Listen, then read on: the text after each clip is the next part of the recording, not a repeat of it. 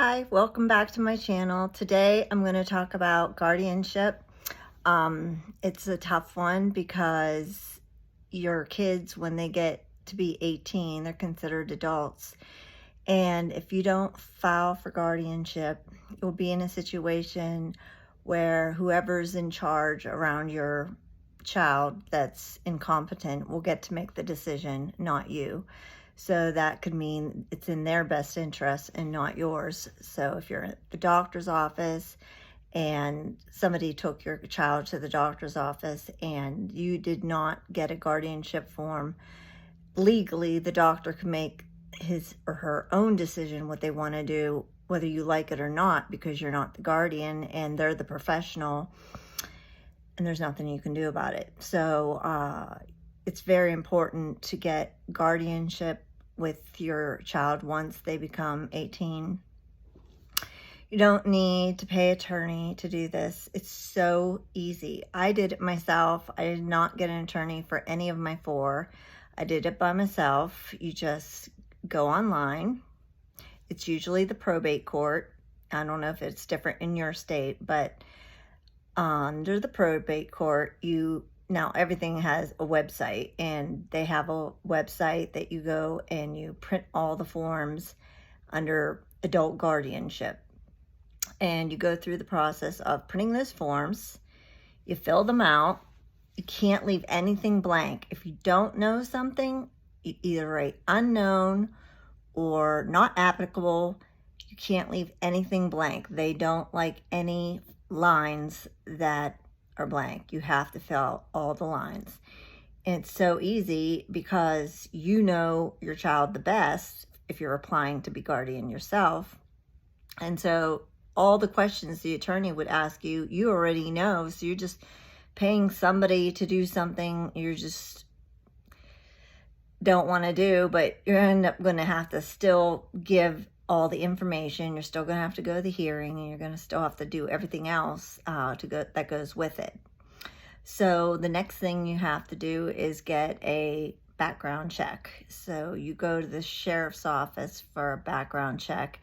That takes a couple days, but don't do what I did. I did the background check like right away, but they want your application in first, so they have a background check to attach the application to. So your first step, of course, is filling out the application, which is, like I said, easy peasy. You just fill out all the stuff that you know about the person you want to be a guardian of, and you have to submit it to the probate court. And from there, they will ask you to get a background check. And then after the background check, they have a court investigator come, and they make sure that what you're saying is true. So they will come out and see the incompetent person, the ward, to see if they are truly unable to do anything for themselves. And also if they want to see where or who is going to be the guardian and see if it's appropriate.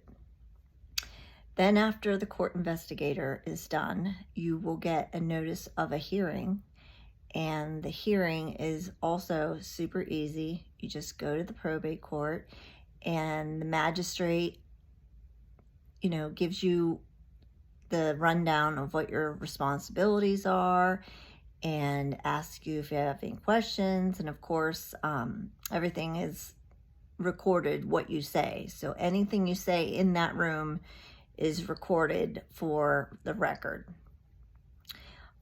Here where I live, you have to also do annual reports, which, I forgot one more thing. In your guardianship, you have to also have an expert evaluation submitted with your original paperwork. The doctor filling out the forms from the probate, pretty much describing medically why they're incompetent and why it's necessary for them to have a guardian. So you have the evaluation from the doctor, you have your general application, submit it, then you go for your background check. And while this is happening, the court investigator comes over and checks things out. Then you get a hearing, and then after the hearing, it's immediately determined, at least where I live, if you're approved to be the guardian. And then once you're approved, you have an obligation to fill out a report annually, and that also requires the expert evaluation to see if anything medically changed to make the ward more competent to do stuff, because there's all different types of guardianship too, like if they're able to do some stuff but not others, or if they have a lot of assets or whatnot. Mine was real simple because it was just my kids, and I just went through them as soon as they turned 18. I did the process 4 times by myself. It's so easy, and the only thing that you have to pay is the filing fee, whichever it is at where you live. There is a filing fee, but it's way cheaper than getting an attorney, because the attorney is just going to ask you everything that you have to fill out. And that's all the attorney does. They don't do anything different than what you could do. It was really hard for me personally, because you have to understand that once you do the guardianship, the probate is the ultimate entity that is responsible for your child. I took it personally, like I'm not going to be the mom that be in charge, because there's somebody higher up that's in charge of me. And it really made me depressed, because I just felt like I wasn't able to be a mom or whatever.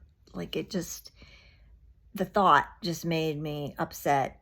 And the magistrate assured me that these types of guardians, like myself, who are really invested in their child and love their child unconditionally and takes good care of them, they are the best guardians, and you don't have to worry about court making your life miserable.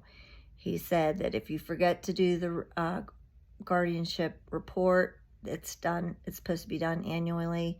He said that they send a reminder, then they send another reminder, and it would take a lot to have the court remove you as a guardian.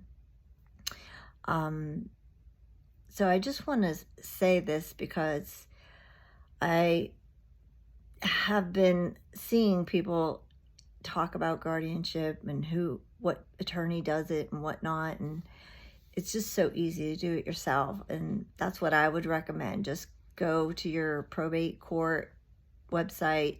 If it's not probate, just Google guardianship in your county. Type in the county and state that you live in and guardianship, and follow from there. But most likely it's super easy. You just go on the website, either ask for the forms to be mailed to you, or you, like me, I was able to just print them here at my house and fill them out here. And I just made the trip to the probate court. And when I do my annual reports, it's really a big report. I'm not mailing it because I don't even know how many dollars it would cost, because now I have to include the ISPs for my kids.